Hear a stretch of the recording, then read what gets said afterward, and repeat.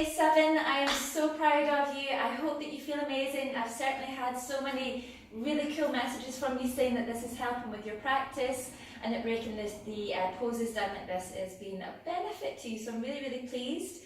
So let's get cracking with day 7. It is probably one of my favourite poses. It's strong and it took me a while to get it, I must admit, but after practice and practice and practice, it's one of my favourite postures in the Ashtanga primary series now, and when I get to this posture I just absolutely love it. I really could stay there. So yesterday you practiced Trikonasana, triangle pose. So today we are practicing reverse Trikonasana. So it's just like triangle pose.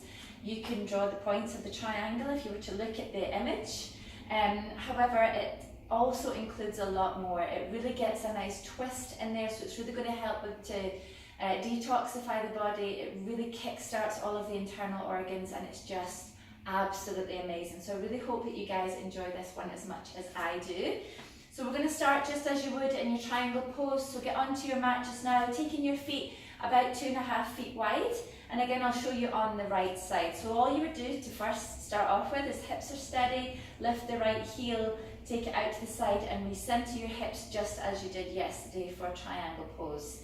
So what triangle allowed us to do was taking the arms out at shoulder height, and if you remember we stretched all the way across with this right hand. This is where the difference comes in now with the reverse Trikonasana.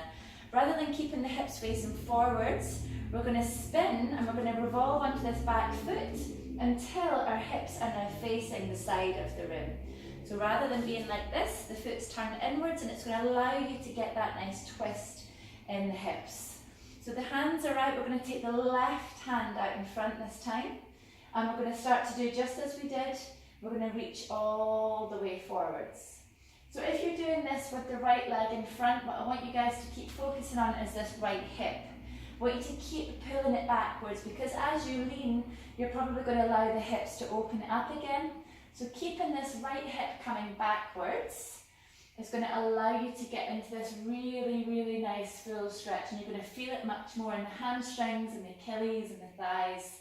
So your legs are activated, the knees are lifted. What we're going to do here is we're going to take the left arm down just onto the shin maybe, and taking the right hand onto the lower spine for now. So what I want you to do is really press forward with the chin, just so that you can get that length in the spine, pulling the tummy in nice and tight, and then tuck the chin in just a little bit.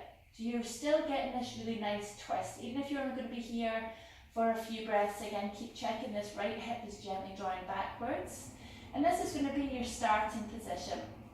Now, a really important point to make when the legs are straight, that you're not disengaging the legs. So I don't want you to feel this in the back of the knees. So if you are currently feeling this in the back of the knees, you're not activating the quads enough. So really, to protect the back of the legs and allow them to stretch comfortably, you need to keep the front part of the thighs really, really nice and strong. So just check that for me just now, making sure you're still pulling back on that right leg. So what we're going to do while we're here is we're going to keep aiming to twist and twist and twist, and we're aiming to stack the shoulders up on top of each other. So normal triangle, we're stacking them this way. Reverse triangle, we're stacking them just facing round in the opposite direction. Now if you wanted to, I don't want you to take too much weight here, but you can take the right hand up towards the sky and breathe. If you come into the full pose, you're going to slide the left hand down towards the outside edge of the right foot. And if you can, you're going to turn to take the gaze up towards the ceiling. So there's lots going on when you're in here. Give it a go, see if you can still breathe. One of the main things that I find in reverse Trikonasana is that people will get into the twist and it looks good, but there's no breathing. So you must make sure that when you're in there, that you're actually breathing in and out as deeply as you can. Let's have a little look at it on the other side. So again, just to make sure we're making the hips face the front, legs are nice and strong.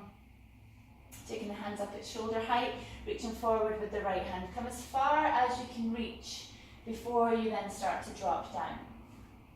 So again, if this is your starting position, keeping the hands on the lower back, work at stacking the hips.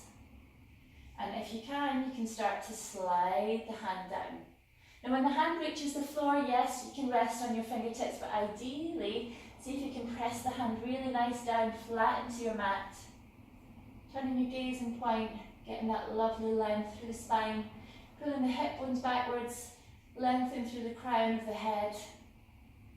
Nice deep breath. Now to come out of this, I want you to bend into the front knee and push yourself up nice and safely back into your starting position. So have a little bit of fun with that one, guys. Please take it slowly, it is strong.